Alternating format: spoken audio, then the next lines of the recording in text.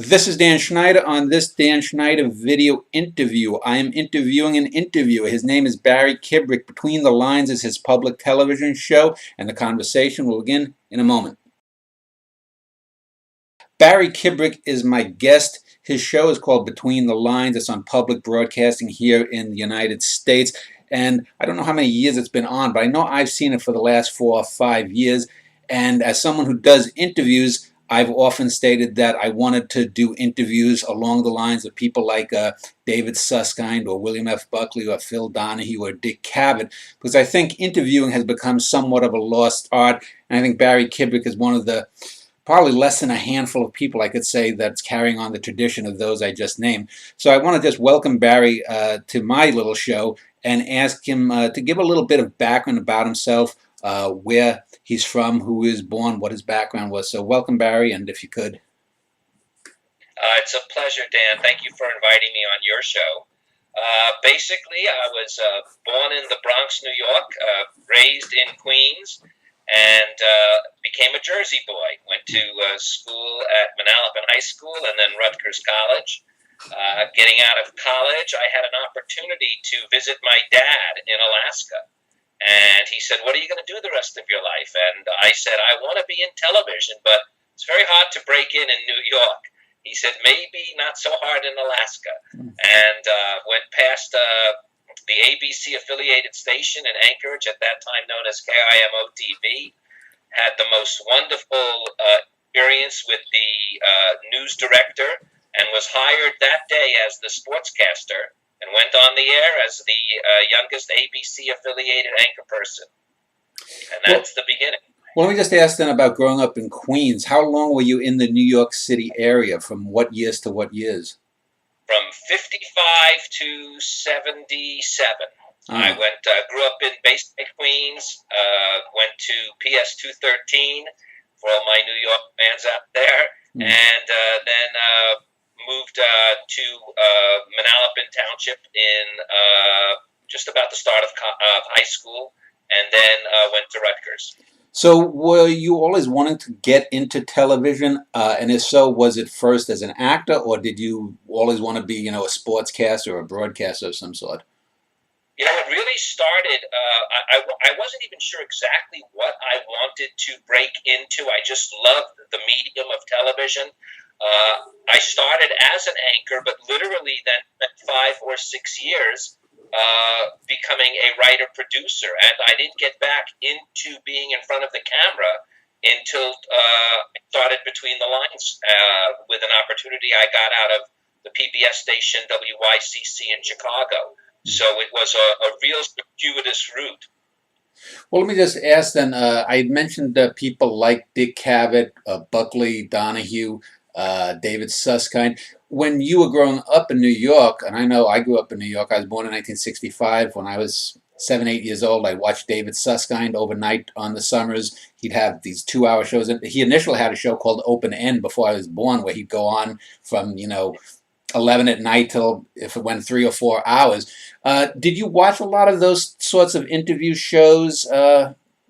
I did, but that wasn't really my influence. I wasn't trying to model myself in that situation.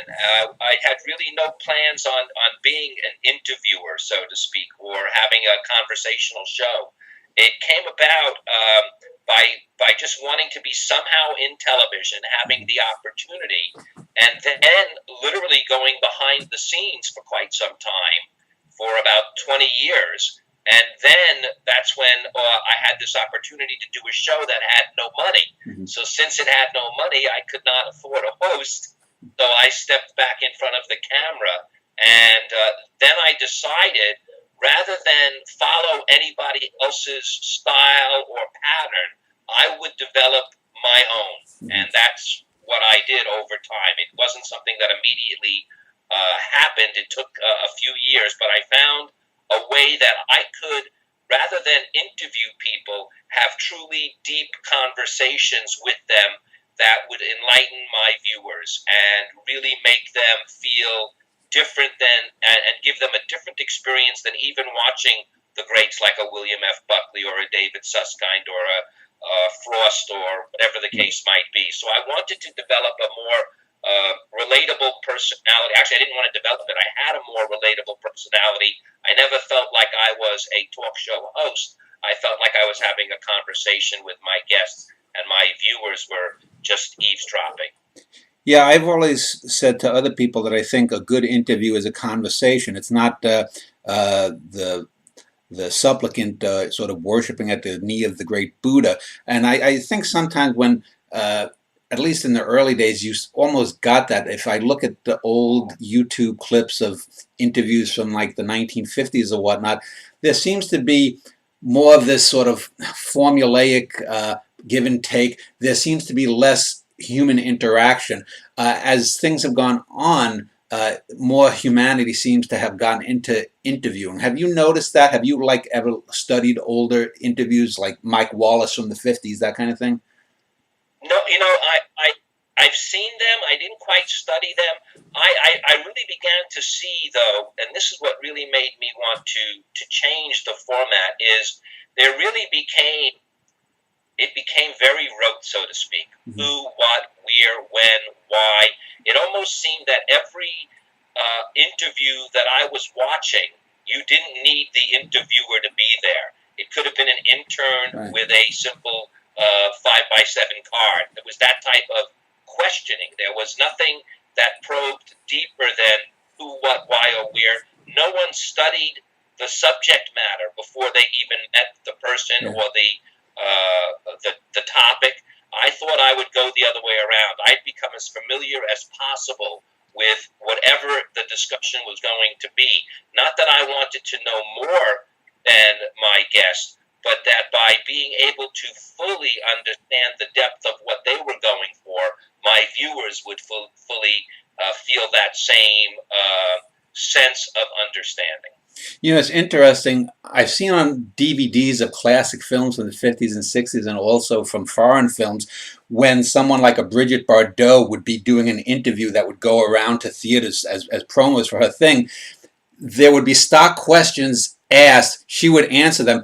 And what they would have is like the local television station person would ask the question to fit the answer, and they would just insert the questioner, say in Seattle or Tampa Bay or Baltimore, to make it look like they were talking to Bardot.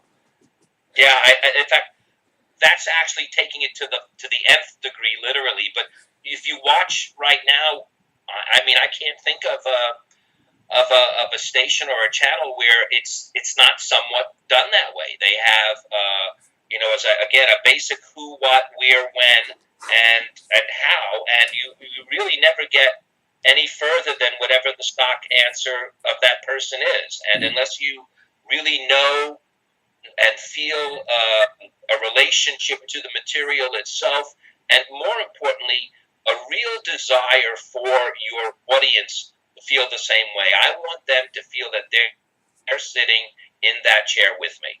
Yeah. Not that I know more than they do, but in fact, what I like to do is even express my own insecurities, my own doubts, my own issues that I have even with the subject, whatever it may be, because I feel that my audience has those exact same feelings most of the time. You're on PBS, and we'll get to Between the Lines in a little bit.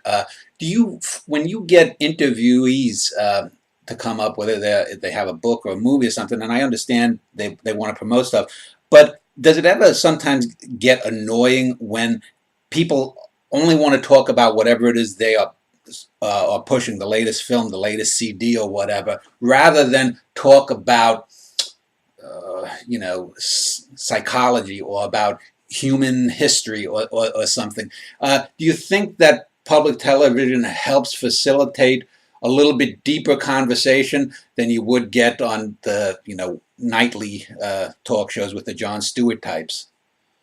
Well, I don't know if it's PBS itself, by the way, because my show is owned by me and I syndicate it to PBS. The PBS stations pick it up, and I'm very grateful for that. I don't know about, I think by nature, though, if you look throughout time, PBS did seem and still does seem to have a longer form that they're more comfortable with. But nowadays, nowadays, just like what you're doing, we're going to be talking 90 minutes here or 60 minutes, depending on how you want. The internet nowadays is one of the greatest forms of this conversation, or at least it has the ability to become. Right now, we notice that on the internet, everything is either, again, almost like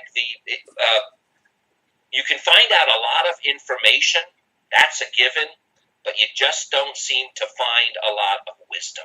Yeah. And my goal is to really develop wisdom and make that more common than just cat videos and things like that. Yeah, I know. I was talking last week actually to a fellow who's a independent documentary maker who also does a podcast, and like me, he gets for his typical shows maybe a few hundred hits in the first 6 months to a year, whereas a 14-year-old girl who's giving makeup tips might get 3 million hits on how to catch the eye of a cute boy, and so YouTube and the internet in general, it's demotic, but there's so much just shallow crap you have to wade through that I think it probably will take years or decades for the stuff to sort itself out.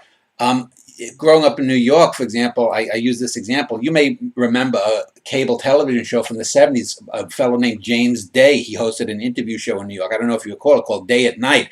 And his YouTube channel, he's been dead 20 years or something, he's getting more viewers now watching his interviews from the 60s or 70s than he ever did on his cable show in Manhattan. So, I think that's a good example of quality rising. Is that something that you strive for? Or how important are ratings, say, when you're syndicating to PBS, Well, Dan, if you couldn't have asked a more appropriate question at a more appropriate time.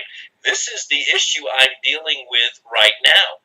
There doesn't seem to be a way for me to really quantify my viewers on PBS, and yet there seems to be a very dynamic way for me to do so via the YouTube or other forms of social media. So I am definitely seeing those numbers change. For instance, I had on a wonderful gentleman named Robert Greene recently. He wrote The 48 Laws of Power and a number of other very wonderful books. And I couldn't at all find out how many people saw that episode on PBS. But I posted it on my YouTube channel, and he, with millions of followers, tweeted it.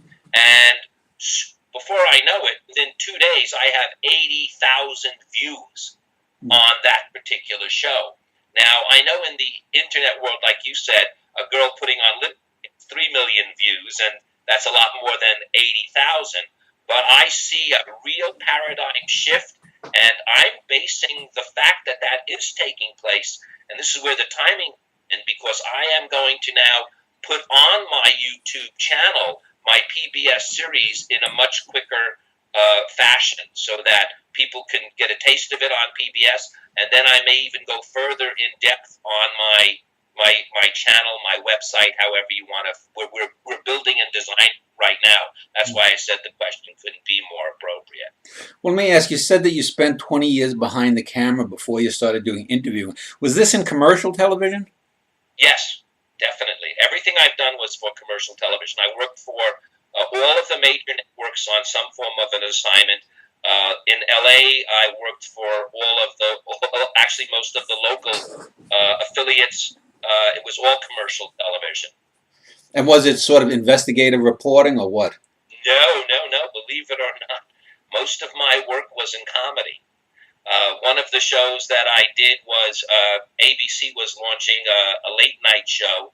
They had used a DJ out here named Rick Dees, a wonderful fellow, and then they Disco Duck. Disco Duck was his song, wasn't it?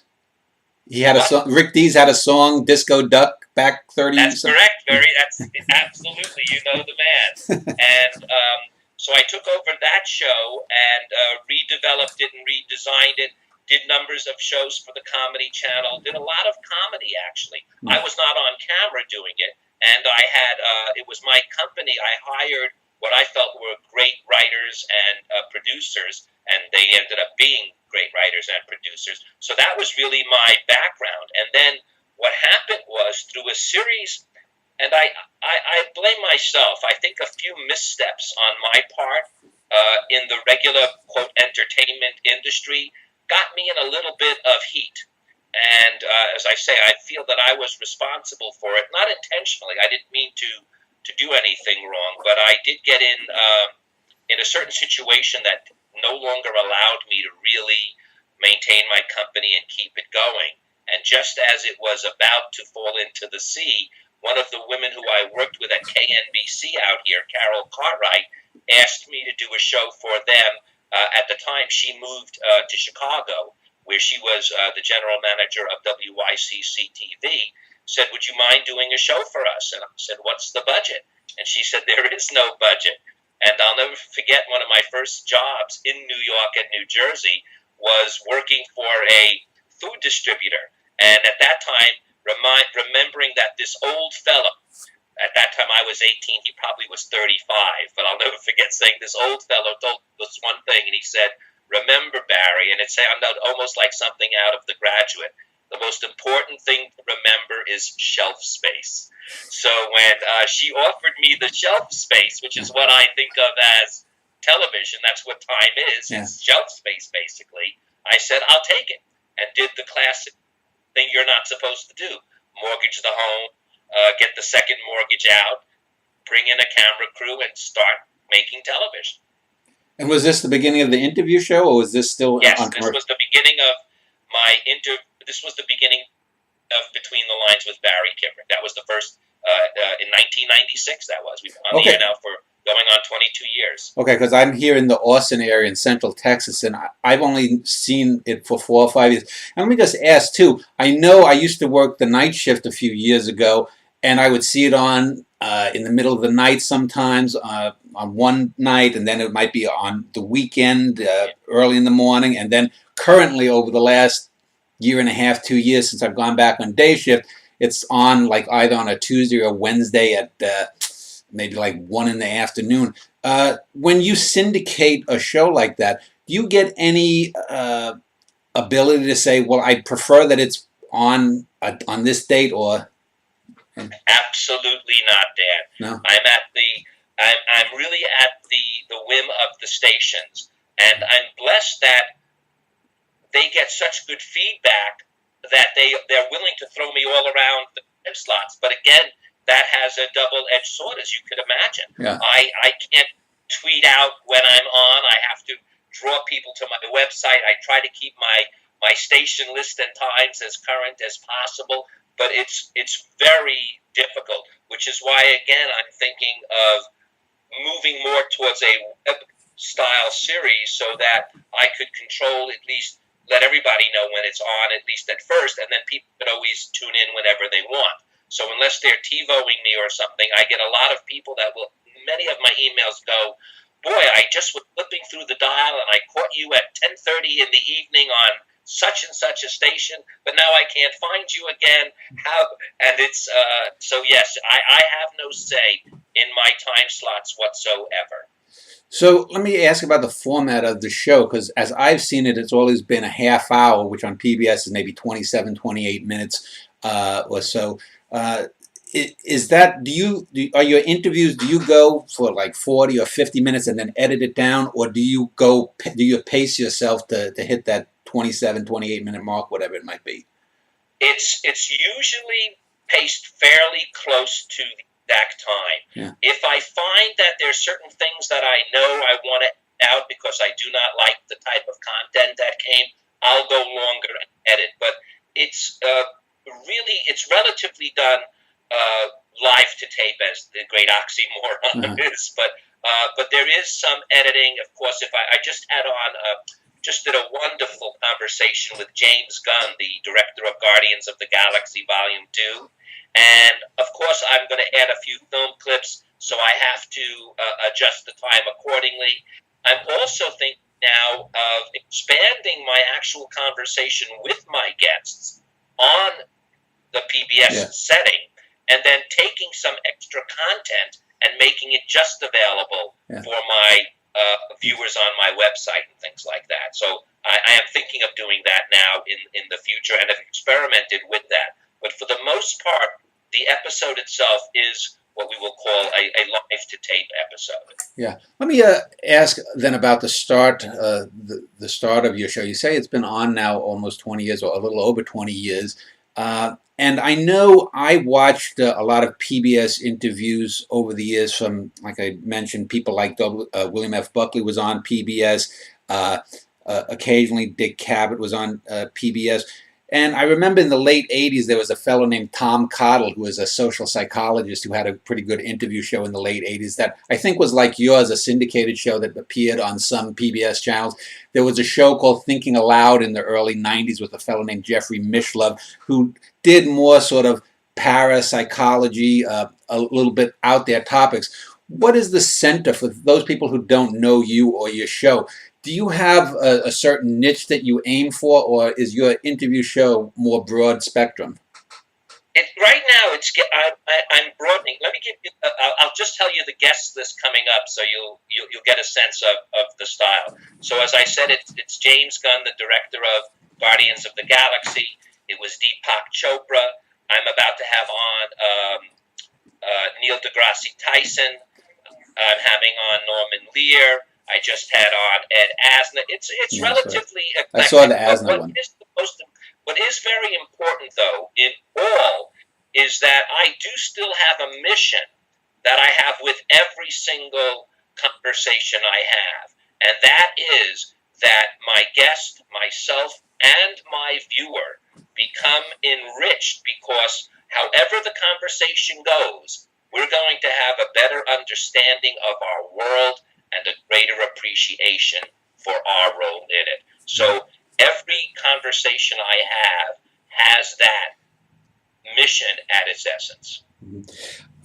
You mentioned Deepak Chopra, and I sometimes interviewed people. I mentioned this last week to a fellow I was interviewing because he's also an interviewer. That, like, obviously, I can't pay people. I don't know if you're able to give stipends to the people who appear on your show. But I was interviewing this woman on death. I do these trilogies on big topics where I have a philosopher, a theologian, and a scientist take on the same topics. And all of a sudden, this woman just went off talking about astral projection, and I was like, "Oh boy!" And she was talking about, floating out beyond Pluto and whatnot. And I was a little bit unprepared for it, but I let her go. I didn't want to mock her or anything because you don't want to, you want to approach it seriously.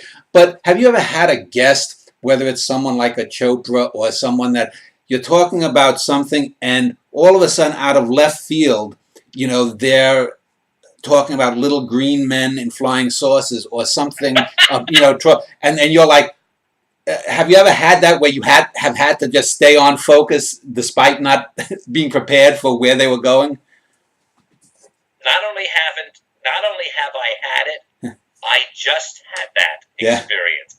I'm not mentioning names. Okay. I just had that exact experience, and I had to spend about an hour talking to them, knowing I was only going to get 28 minutes out of the conversation. Yeah. They went. I actually think they went beyond Pluto. They really did. They astral projected out to another solar system completely, and it took a while to reel them back in. And at first they were even a little, I don't want to say insulted, but they needed to talk a little more, and they said, "Please don't interrupt." And I said, "Sure, keep going. I'm going to edit it anyway." So yes, that has happened. But I must say, out of doing now close to 1,000 conversations, that's probably only happened, I would say, no more than half a dozen times. Yeah. So I feel very, very lucky about that. The only thing what I find most annoying, by the way, Dan, is when a person comes on and they have their agenda. Yeah. And no matter what I'm going to probe, they're going where they want to go. Yeah. And those are the ones that, again, I'll just keep going until I get what I want my viewers to have.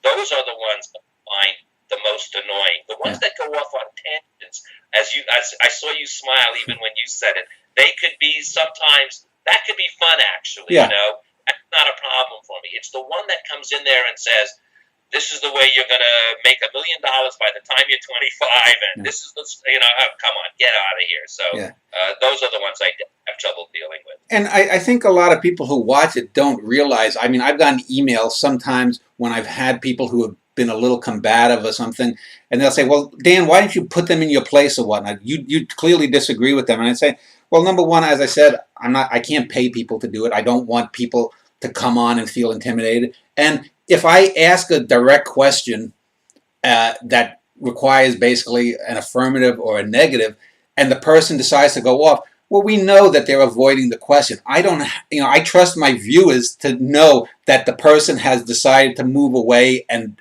not engage in, say, what we'd call in this Trumpian era, in real facts versus, the made up facts. And when you're the host, you have to, you're not, I mean, if I was on a panel and I was debating someone, I could be more aggressive. But as the moderator or the host, you have to give people their space. Oh, in fact, I insist on it because I really, I don't even want to give my viewers the impression that I'm agitated by it because, again, I think, and some people think that controversy, and I know it gets higher ratings, there's no doubt about it, but I don't believe you oftentimes get to the essence when you're just being confrontational. I think you can get to the essence a lot more when you can draw both your guest and your viewer to your thoughts and your philosophy. Yeah, I know, and I've often said too, and I want to ask you, is that when I go in and I'm looking for a successful interview, let's say if I'm doing a topic and we're talking about black holes in the universe, and if I've got a physicist who mentions it for 2 minutes and then goes off and they're just talking about themselves, well, I'll know that, okay, we're not going to be talking as much about physics as I want, but the interview can still be successful if we get an insight into who this person is. If 100 years from now, someone is looking back because this person made some contribution in science and they watch this interview, they may not know about what this person discovered or whatnot, but they'll say, boy, this guy was kind of odd but fascinating, and to reveal who that person is can still be a successful interview, even if it's not the success you initially wanted. Oh, as I said, some of the best ones have gone off topic, and as long as they're still doing, as I said, following my main mission's purpose, which is to enlighten my viewers, I really have no problems with their going off on a tangent. If their tangent, though, is self-serving, and I sense that it's not going to really be in that regard, then I'll bring it back. Yeah. I'll purposely bring it back to the topics that I want to cover. I won't let them dominate on their own. That I won't do because I do have the ability to edit it. I do still have only the 28 minutes. So I as I said, for me, it's most important what my viewers are getting out of it. That's why I do this. Yeah. Let me just ask, and I won't name the names of some interviews, but I think, especially in this era now of the last few months and even the last year or so, since everything media has become 24/7 Trump, we get either endless confrontations on CNN and MSNBC and Fox between left and right and whatnot. And then on the other hand, you have sort of the things that are so softball. I call it sort of the Oprah-fied or the Oprahfication of conversation, that you either get total confrontation, or we get people speaking for an hour and they say absolutely nothing.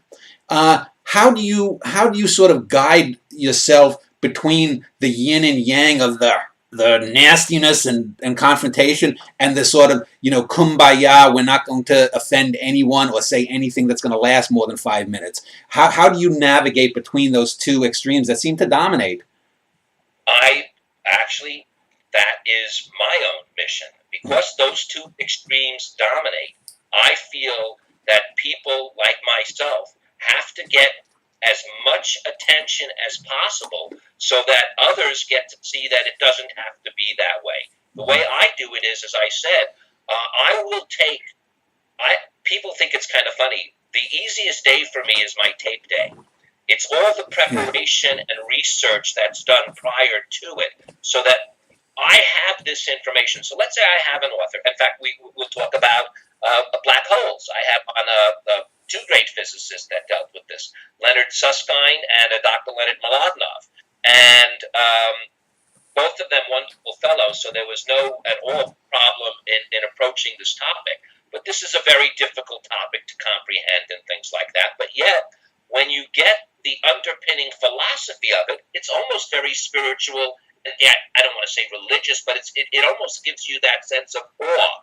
And I find that has got to become more attractive than the confrontational stuff that you'll see in most news media, or the problem that you'll get on most what we'll call daytime style talk shows. So I firmly believe that even though it may seem like a niche right now, I think it's a hunger that people have, and we just haven't figured out a way to meet that hunger yet. It's like there's, the old saying, there seems to be a lot of simple answers, but nothing's that easy. So I feel that in my heart, it's not even a niche market, but it's a deep market. I get emails from people I would never expect, an 18-year-old punk rock girl who just got, absorbed by my conversation. And so it's not even age. At first, I used to think I was only attracting an older crowd that was into deeper thought and deeper conversation. Absolutely not. That's even why I just posted a video on with Mackie McCandlish, who is a video game designer who did Titanfall 2, and a very popular game. And I've gotten, again, an interesting response. I couldn't even play the game. I had to watch my son play the game, but I took all the notes while it was being played. And the audience even kind of neat feeling about that, because I was exploring not the shoot 'em up and how to do it, but I was exploring the design itself, the physical and social and political underpinnings that were involved with it, and it really caught the young generation up in it. So it's not an age gap as much as, like you said earlier, it's a shallow versus confrontational. That's where the gap is, and I want to come in that middle where I believe everyone really is residing.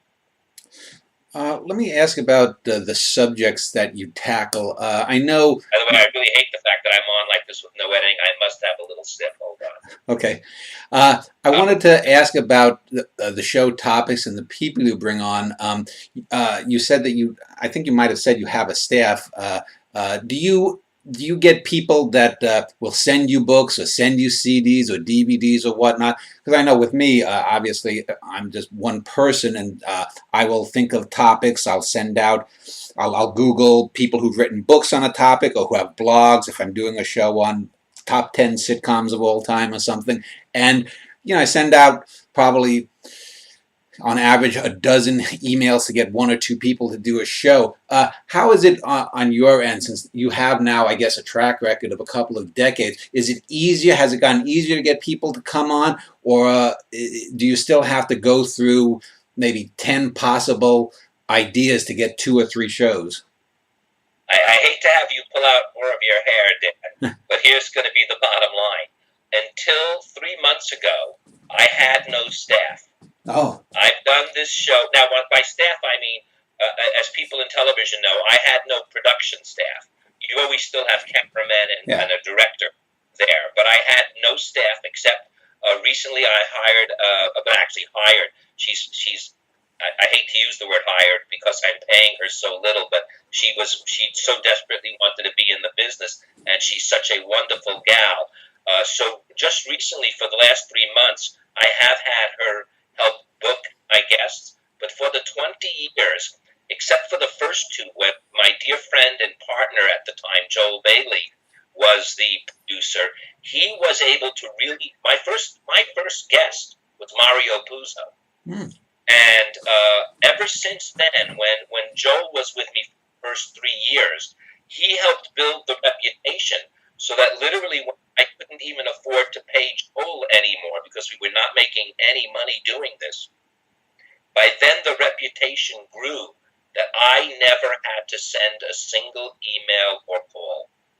And every publisher in town, everyone knew, whether it was Queen Noor of Jordan, whether it was Secretary of State Warren Christopher, Secretary of Labor Robert Wright, whether it's Anne Rice or Joseph Wambaugh, whether it's Jackie Collins or Sidney Sheldon, they started contacting me. Mm-hmm. And I haven't booked a single person until recently. Associate Ellery has been helping me narrow it down and really get what we'll call the cream of. But even prior to that, so many wonderful conversations I've had, and I've been blessed that people, whether it was with Ron Howard or Matthew of Mad Men, not they themselves necessarily, but their publishers, they knew of me and my conversations went. So I've been really blessed to have some of the top major names, and I did not have to make a single call or contact. You mentioned some political people. Let me talk about political interviews versus some of the other ones, and I'll move on to other types of interviews in a little bit. But I know when Charlie Rose's show on PBS first came out 25, 30 years ago, whatever it was, you know, I would find it interesting. Now when I see Rose interviewing the same people for the 50th time talking about the Arabs and the Israelis, or about ISIS, or about Putin, or about North Korea, I wonder to myself, how can you ask just the same questions about the same things? You know, we know that the North Korean leader's a nut job. We know that Putin's testosteronic, you know, nut. And we know that the Jews and the Arabs are never going to get along. So how do you just make that? And you know, if this was 40 years ago, we'd be talking about Watergate. Now it's Trump, Trump, Trump. And how do you approach these topics that, to me, are just so mind-numbing with any kind of enthusiasm? Well, here's the beauty of it. I will purposely not have those types on my show. Yeah. I do not. In fact, I think one of my greatest, I don't want to call it accomplishments because I didn't really do this, but one of the best benefits of what I've done is I love that my emails, I can get an email from someone who is the biggest NRA supporter, and then I can get the same email watching the same show from someone in NOW, the National Organization of Women, and from the furthest left to the furthest right, they both think I'm expressing their opinion. Yeah. And that's because that's how I approach it. I agree with you. I won't speak at all about what we will call micro-politics. I will not, like you said, we all know those issues. They're being discussed every day on talk radio, on CNN, on Fox, on whatever station you want to pick out. So I purposely avoid the micro-politics. No one knows if I am, quote, leaning liberal, leaning conservative, leaning any way, because I don't really lean those ways. I believe that that's the biggest problem we're facing right now is everyone thinks you're either this or that, when 99% of those and them really agree on about 99% of everything, and there may be maybe 3 to 4 real hot button issues that seem to tear at the threads a little bit of the society, but for the most part, we really all think alike. I know that sounds funny, and we're not as divided, I believe. In fact, I'm positive we're nowhere near as divided as the media right now is making it out to look. Let me talk then about, because I have remembered you having some people who would be considered stars that you've spoken to. You mentioned you're going to be interviewing Ed Asner and whatnot. When you interview someone who's primarily known for being in the arts or entertainment, an actor, a singer, a performer of some type, do you find that they generally are different than the other interviews? Do some of them maybe have a little bit of a chip on their shoulder if you're interviewing someone who just won an Oscar or something? Or do you find sometimes that maybe they are not what they appear to be? You're expecting someone who's this way, but they come on and maybe they're very shy and reticent or something. What has been your experience with celebrity types? For the most part, I would have to say the celebrity types, the bigger they are, the nicer they are. Level with you in that regard. As I just mentioned, Ed Asner. And by the way, I will have celebrity types that already people know have a political bent. Yeah. And I've had some of the big conservative talk radio show hosts, as well as Ed Asner and Norman Lear, who are known primarily to be more of a progressive kind of movement. And in all cases, as long as they're willing to explore with me other issues besides those, we have really a very wonderful time, and they themselves are finally relieved that they're able to talk about deeper, more important issues that they themselves, quote, become known for.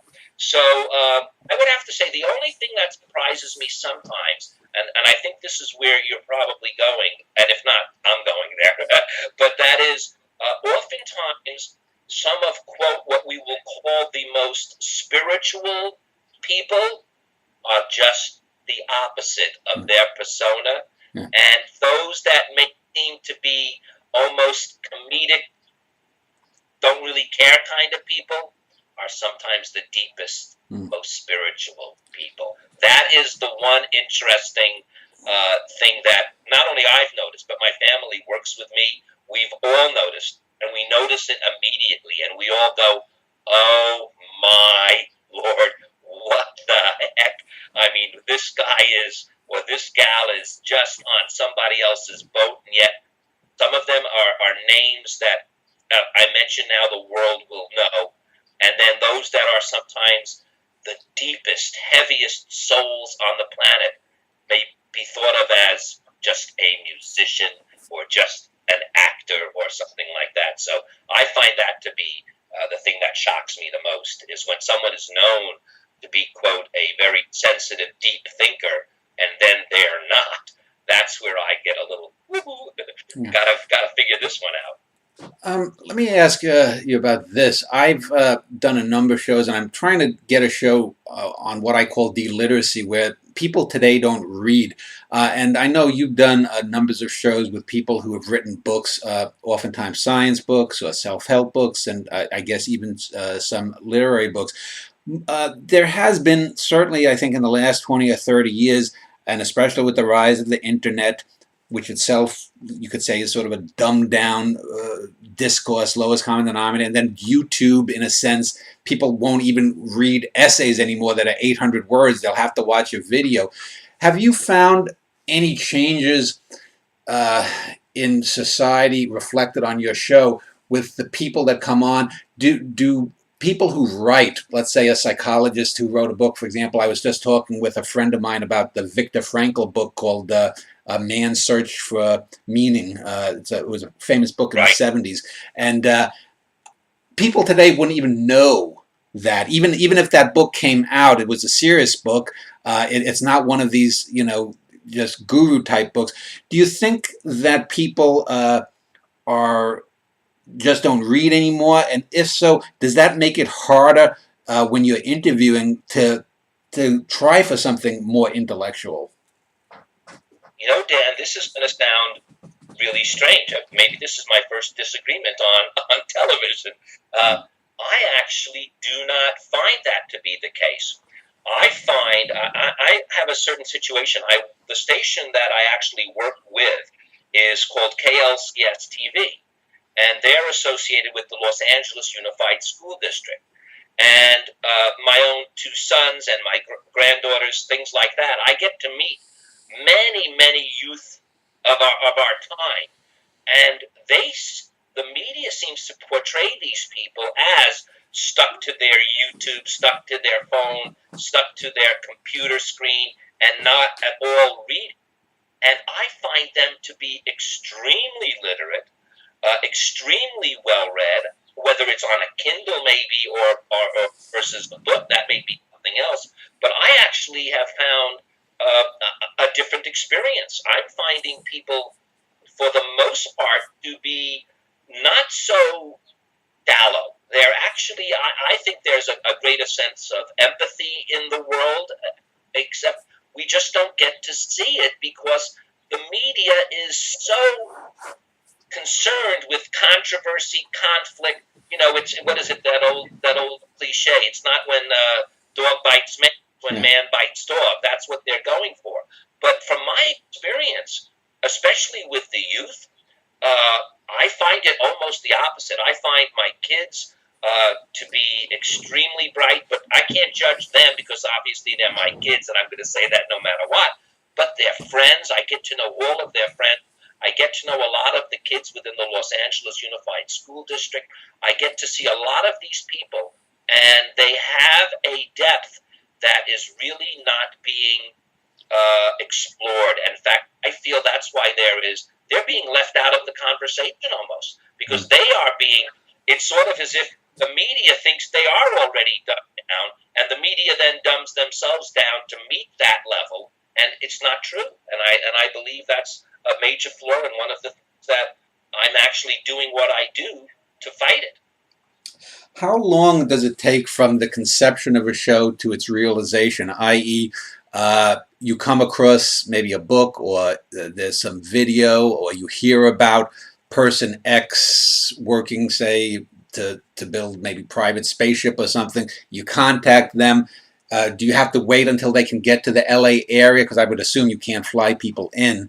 So is it usually maybe 2-3 months between once you encounter something, you say, I got to do a show with that person, and the time it hits the air? You hit it just about right, because like you said, part of the problem is as I fund it myself, that only allows me to tape 1 day a month. And even that's being a drain on my family right now. But therefore, I have to find 5 guests to put in that one taping, as many as 5 guests, as little as 3. Otherwise, I can't build up enough shows. So you hit it just about right on the money. It's usually between air and the time I think of it, it's about 2 months. It could be as long as 3, just depending on when the guest is available.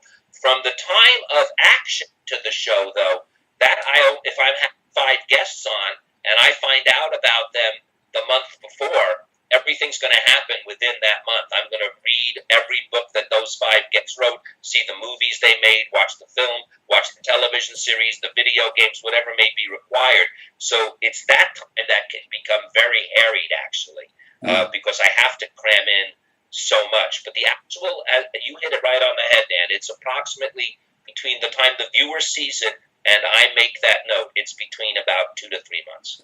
Okay, so you do then have the people, and you record like 5 shows in one. Do you have a production company that maybe you're doing other stuff? This fellow I interviewed last week, he's doing these documentaries and whatnot. He says that he does video work for other people. Do you? Is the interview your vocation or your avocation, or do you have a day job where you're doing editing for local stuff? I make no money whatsoever on my show. I support myself by directing, producing other people's shows. In particular, I have an employer, which, as I said, is KLCS TV and the Los Angeles Unified School District, and I make I am at this point their sole producer, although we're going to bring in some more people. But at this point, I basically make their shows.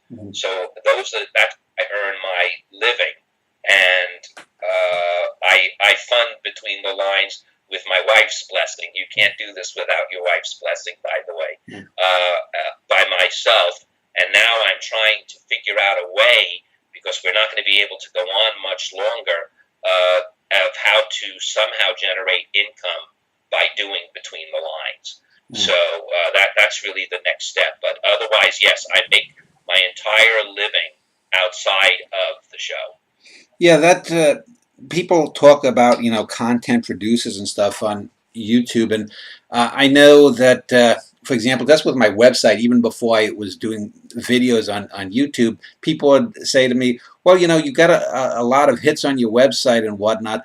Why can't you make any money?" I'm like, Do you know what Google is like? I mean, I remember a few years ago, Google, I used to have a little search bar on my website, and then all of a sudden I got an email one day, it wasn't working, that because I was giving them 100,000 searches per month or something, they wanted to charge me for the pleasure of doing so. And so I switched to something called Free Find, and it's like, the hell with that. I don't think a lot of people understand the way YouTube or Google, that it's next to impossible to, as they say, monetize in the new media. What issues, if any, have you faced with YouTube or Google, or trying to, other than the old media way of funding things? Have you tried other avenues? No, I'm stuck. In fact, literally, we began this process about a week ago. Yeah. I can't believe you're bringing the timing, Dan. And obviously, there is a cosmic mind out there. I've just started it. I plan no way to try to get what they call, I guess, AdSense out of Google, or there's no way. I mean, what I want to be able to do, though, is offer content that is so valuable, even if I have to give it away for free. People maybe through a service like Patreon or something like that might be willing to want to see the content that's not available anywhere else. So that's the formula that I'm working on now. Is there a way that I can create such valuable content by even exploiting the guests? And I say this in the most kind way, exploiting some of the great guests that I've had on. People may have never saw John Wooden, for instance, the great basketball coach. Well, he's been on my show. Again, I don't know if I would charge for that, but maybe I could develop some, patrons who would subscribe to a service like mine. I have just begun figuring that out, and I do not have a formula for it yet. I don't know how I'm going about to do it yet. I haven't built the website yet. But the one thing, as my son is always angry at me for doing, is I'm going to do it first and then figure out how I'm going to do it. So I'm already going to start announcing that this is happening, but I'll figure it out as I'm going. Yeah, I can't plan ahead. Yeah, the difficulty is that with the technology, you don't really know where it's going. I remember some years ago, before I did the video interviews, I did written interviews, and I remember trying to get, and you probably remember growing up in New Jersey, the Joe Franklin show, the interview show back in WOR. I used to love Joe Franklin. And I think he died about 5 or 6 years ago, and a couple of years before he died, I wanted to interview him, and his manager was like, well, what are you going to pay him? And I'm saying, I have a website, I can't pay him. But the thing is, Franklin has this archive of 35, 40 years of shows with, the Sex Pistols, John Lennon, all of these interesting people from the 50s to the 60s that now no one is seeing. It's gone into a black hole. And even online, if you type Joe Franklin, you might get a 2-minute clip or something. And so you always have to sort of weigh sort of a cultural benefit of adding to the knowledge with the making of money. It's just this odd kind of balance. I want to put out quality interviews, not only my art, but these interviews and my website. And it's just difficult because you are battling against this lowest common denominator crap out there that people just are sort of drawn to. I mean, if you look at people sitting at a doctor's office, 10 people, 9 of them are going to be on their cell phones, and they're going to be watching YouTube videos or little pranks like Candid Camera kind of stuff that isn't even as intelligent as Candid Camera used to be. So I guess my point is, on your YouTube channel or whatnot, how do you make that zero-sum kind of balance? You said you're going along with that, because there's probably be very little way to monetize a show you did 15 years ago. Yeah, that's why I think I'm going to start offering new content in a very different format, actually. Mm-hmm. That's one of the things I'm thinking of. One of the things that I'm playing with is having a conversation directly with my viewers. Mm-hmm. I did an experiment with it about a few weeks ago. A guest because we're now in high def. We weren't earlier, but we're now in high definition. I had to produce 13 episodes before I could make a repeat. And one of my guests had to drop out for an emergency surgery the night before. And I experimented by doing the show by myself. And was that with the one with the fellow with the book? I think I saw that one. You talked about the book, yeah. Who was that again? It was John Izzo, and his book was The Five Thieves of Happiness. Yeah. And I got a tremendous feedback from that, where people felt that they never had that experience of someone on television talking directly to them.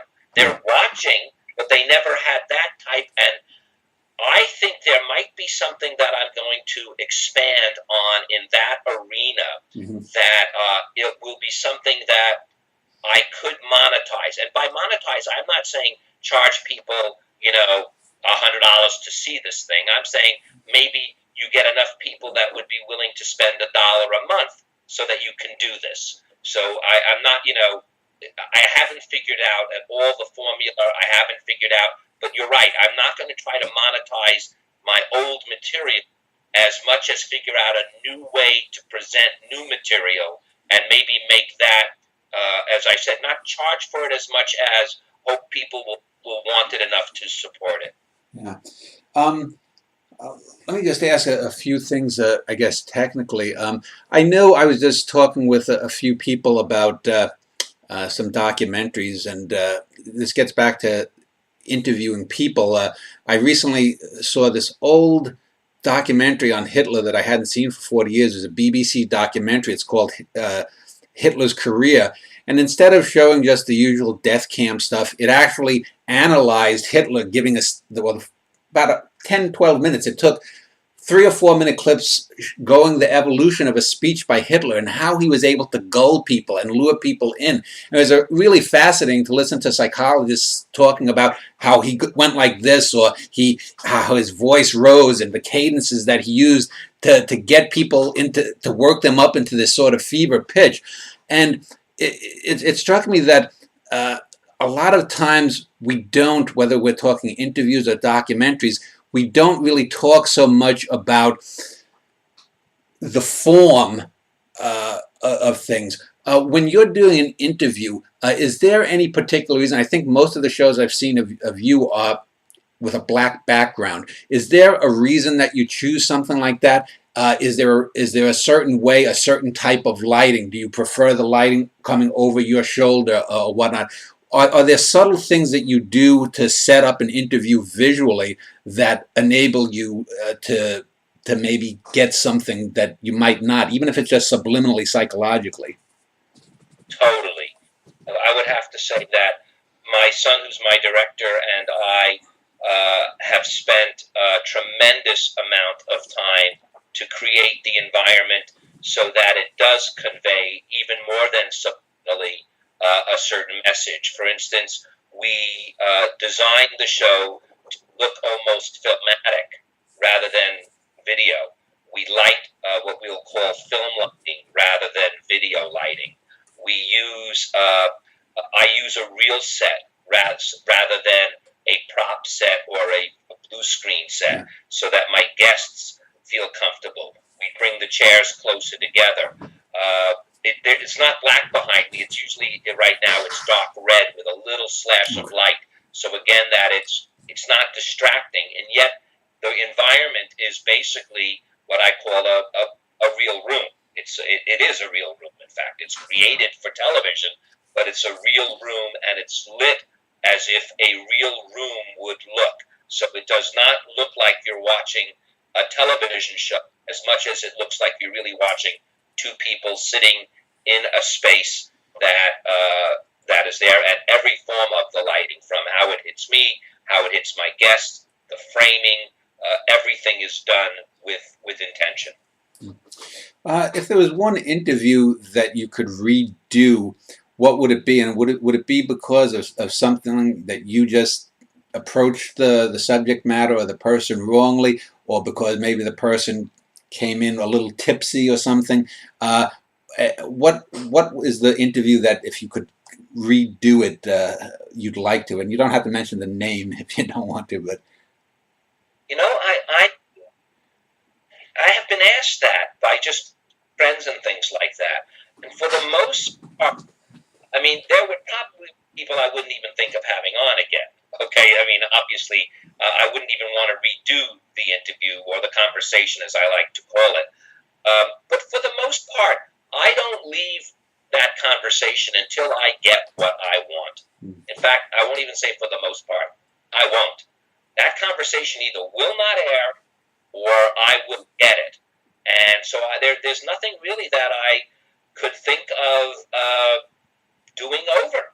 Sounds. And by the way, that doesn't mean that every one of my conversations are perfect conversations, but they wouldn't get any better if I tried to do them over. This is I know that I'm giving my best and I'm getting the best from my guests. Yeah. Do you find it better when you have someone who's very willing to talk and just as a motor mouth, or do you find it's sometimes better when you have someone who's more reserved and then you get them 10, 12 minutes into the conversation and they open up, or does it just vary on topic and person? It varies, but the latter is correct. I like a little bit more reserved. I like to be able to draw out information. That's why when I'm not as comfortable if someone has an agenda and they're ready to just start spitting out information that I'm not even interested in, or I don't believe viewers are. So I enjoy when someone is a little reserved, and people notice it too. People say, at first I noticed they weren't talking, then all of a sudden they got animated, they got more comfortable. I almost, in a sense, script my conversations that way. There's actually, I look at them as 3 acts, so to speak. So if a person is reserved, it actually allows me to build the 3-act structure easier than if the person starts off, guns a-blazing.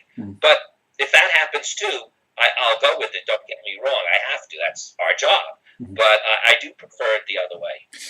Since you mentioned 3 acts and you just mentioned guns, there's the old canard about Chekhov's gun, in that if a gun appears in Act 1, it's got to go off by the 3rd act. Have you ever found that there was something that, say, early on in interviews someone mentioned, and then they came back to it a second time 10, 12, 15 minutes later, and they really expanded, or you came back to it deliberately and it totally shifted something? Because every so often I've had people who will have, they'll be going in a straight line and then boom, they go, they get animated, or they'll clam up or something.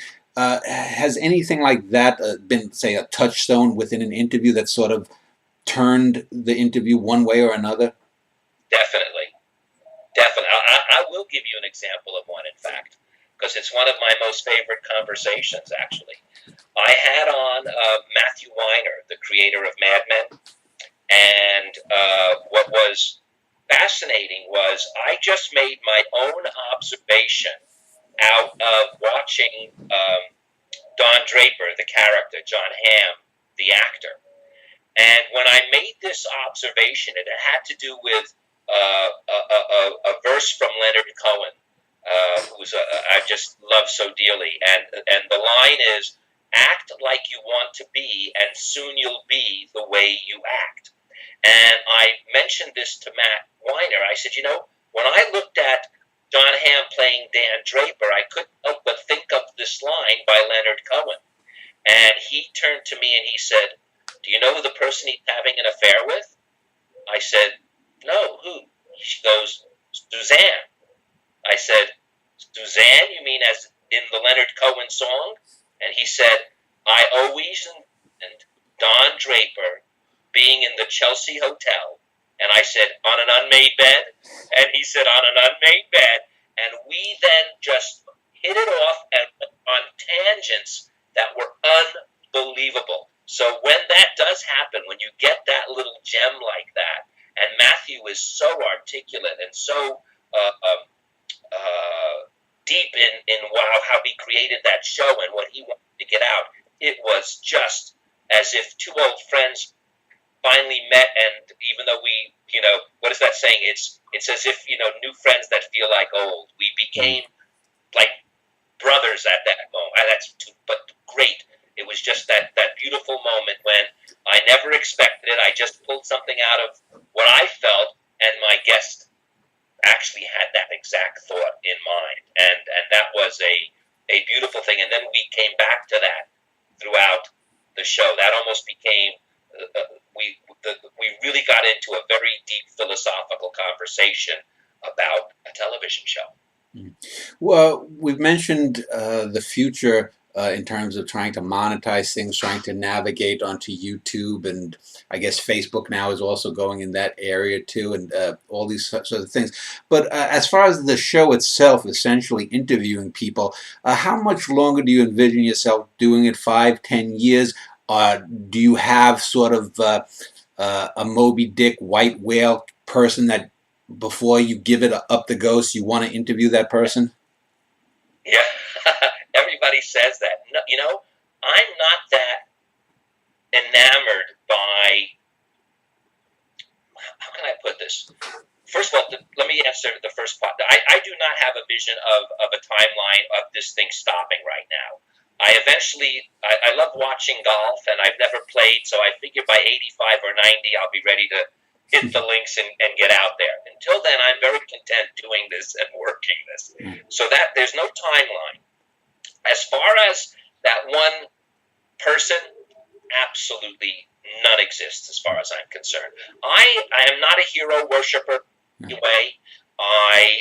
In fact, I believe in Ben Franklin's statement that the Midland man is the most sensible man in the world. So what are they looking for? All the great, candidates or actors or writers or directors? No, there is no white whale that would, I'd like to interview them all. I'll invite the whole whale population on, but no one in particular that I could say, this would be the dream. How about going the reverse? Have you ever been contacted by someone who wanted to do an interview with you, but either because they had some obnoxious political view or they was something that you didn't want to interview them? I mean, maybe like you wouldn't want to interview O.J. Simpson or David Duke or something? Well, I have been contacted by them, even personally, and I did have to refuse. And by the way, that person went on major national shows. They wanted to come on mine first. They wanted me to break this story. I'm not going to mention the person, okay? But they wanted me to break this story. I refused. And they ended up going on Tavis Smiley, Charlie. They ended up going down the line on everybody's show, and I just couldn't do it. And I didn't even. My conversation with the person itself was very cordial, very kind. I felt almost bad for them that I couldn't do this, but I couldn't. And recently, another one, again, someone extremely well-known, popular, not controversial, but I just didn't agree with the way a certain way that they were involved in a certain cause, that I couldn't give them the opportunity to expose it. And that one was a real hard one, because everyone I know would have loved to have seen this fellow on my show, in fact. And let me just ask. You want to know, but I'm not telling. So. let me just ask a couple of other questions, and then we'll wrap things up. How about a guest that you've had and interviewed that you really thought was A, but turned out not to be just B or C, but an X, Y, Z that was totally different, either positively or negatively? And again, you don't have to give a name if you don't want to, because I know, for example, I'm an agnostic. I'm a social liberal, and yet I've like you, I've interviewed many people who have religious beliefs and whatnot, and virtually all of them have told me that it was a great experience, because I'm not a Richard Dawkins. I'm not like you're an idiot because you believe in God. You're an idiot. Yelling at people like that. Sometimes I've said people on the left or the liberal side can be just as nasty and brutish as anyone else. Has there ever been anyone in any kind of context that was just totally different than you expected? You mentioned him, Richard Dawkins. Oh, okay. I had Richard Dawkins on my show. I am not an atheist. Yeah. I found him to be one of the most spiritual men on the planet. Now, he would probably want to jump through the screen and choke me for it, but when we were done, I said to him, you realize you took out all the nihilism I expected from you as an atheist with such profound opinions. And he said, I know, people really confuse me that way, and I'm not. And even in his book, he mentions how he cried a number of times when the word God was mentioned in a song about Christopher Hutchinson, another famous atheist and writer. They went to the same prep school. And on air, I said, Richard, you're telling me you cried at the word God? And he said, listen, good fiction could make me tear up. But I found that was a real shocker to me when he really became, in fact, I'll share this with you because I don't think many people know this. He became famous for writing a book called The Selfish Gene. And he really wanted the book to be called The Immortal Gene. The Mortal? So he was the immortal. So the immortal. Completely the opposite of what one would think of as that nihilistic, I'm aggressively, you believe in God, you are stupid. He was not that way at all. And he was just the opposite, filled with warmth and kindness. And that was one that really did shock me. And we really had a beautiful relationship on the air. And even, although we don't touch, even after the show was over, my conversation with him continued. And it was a real pleasant surprise. Well, so see, even that, people get this impression that because for money he argues with different people on different things, those are the ones that surprise you sometimes when they come in and they're not argumentative. That's a sort of a role they've been playing. Yeah. Let me ask a final question on interviewing style. I had mentioned the sort of confrontational cable news style, and I mentioned what I call Oprahification. There's another kind of interview style that I sometimes just, when I see it, I just want to vomit because it's when interviewers who are, are intelligent, that whether it's on politics or science, and when they get to interview someone who's a big name or something, they sort of do this faux naive kind of thing. They'll ask the most insipid questions simply to lob up these softballs. And I'm not going to name the names since I don't want to. I with someone else I probably would, but I don't want to get you in trouble by naming any names. But have you ever found yourself sort of self-censoring or dumbing down in yourself interviewing someone? Because I refuse to do that. But since you are on television, and I'm more free in a sense on the internet, we could curse for 20 minutes. They couldn't do anything, but you can't on television. There are certain rules still. Have you found yourself ever not being Barry Kibrick when you're interviewing someone just to sort of appease them to a certain degree? No. Never and never will. Never will. As I said, it's my show. Yeah. So if for some reason it doesn't work out, no one will even know it exists. It just will not air. But no, I have never, ever dumbed down, and I will never be who I'm not. In fact, I think the nicest compliment I ever get from viewers is when they meet me, they say, boy, you seem just like you are on television. Yeah. And I want that. I don't want to. I have met so many people, and I know you know them as well, who, they have a persona. Now, and I want to be careful. I know that I'm on television. So I don't want to say that I'm not aware that I'm on TV. I do not speak I won't use foul language while I'm on TV, but I do in conversation. I always pepper my talk with certain vulgarities, okay? which I would not do on television, all right? And I wouldn't even do it if it was not on PBS. In public, I just believe I want to act and behave differently.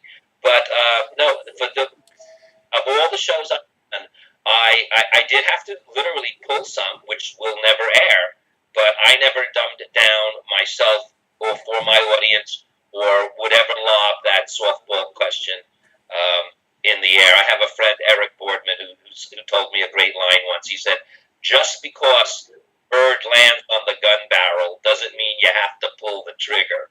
So, I sometimes I saw there and I was set up perfectly to just hit it out of the park, but I felt it wouldn't be appropriate. Well, BarryKibrick.com is Barry's website. I'll also link to your YouTube page as well. Let me just ask finally then, is there anything you want to just wrap up this interview by stating anything I may have missed or any words of wisdom? I'd like to ask you a brief thing because you came across me, obviously, on television. You're doing this now from your, I'm guessing, is it your home? Yeah. And you're not making money. I know you're a poet. I know you're a critic as well. At least I believe from what I've read about you. Yeah. What? I'm curious, just for the other foot. How'd you get into this, and what spurred you on this thing? Interviews particularly? Yeah. Well, it's one of those things. I mentioned the term deliterate that I think people don't read poetry. People don't write poetry of any substance anymore.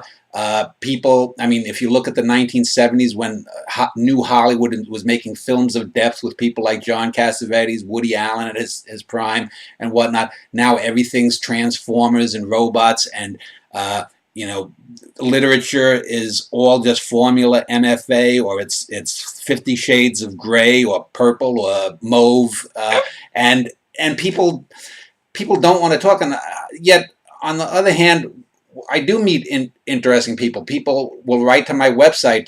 There's this young fellow from Singapore, a 21-year-old Chinese fellow who's analyzing numbers of my poems. So I know that there's intellect out there, and I wanted to talk with people intelligently. And I think I mentioned I had initially done a written interview series. I did 41 written interviews, and some of them are really brilliant. I did one with the fellow who scripted Dark City, Lem Dobbs, and he also did the Limey with Steven Soderbergh. But that took about 7.5 years, so you're talking a very long turnaround, and I wanted to do more immediately because while I can reach people with art, that takes time to get out there, unfortunately, if you're not connected. Whereas with YouTube, I can talk directly. And even if I only get 400 or 500 hits on the best interviews in the first year, I have a long-term view too, in that 20, 50 years from now, in the year 2100, you're going to go to someone and say, was that on ABC or NBC or CNN? They're not going to know what the hell you're talking about. The networks will be long gone, and they'll just have a Barry Kibrick. They'll look at a David Susskind. They'll look at a Dan Schneider interview.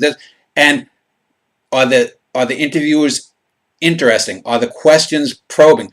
I think life moves cyclically, and so occasionally the lowest part of the next cycle is a little bit lower than the higher parts of the previous cycle, but I think things cycle upward, and I think that's humanity, and I think people will, in 20 or 30 years, their minds will be more open to bringing things in, and they will look back. We have a whole new profession called cyber archaeology, things written in the late 80s on ARPANET and the 90s. There are people that are digging through it like dinosaur bones. So I think these kinds of things do matter in the long run, and that girl with the 3 million views in the first 2 weeks on mascara and how to catch cute boys, she's going to not even be watching her own videos in 30 years. So that's basically it. Great job, Dan. Thank you very much. I really had a pleasure being with you. Thank you, Barry.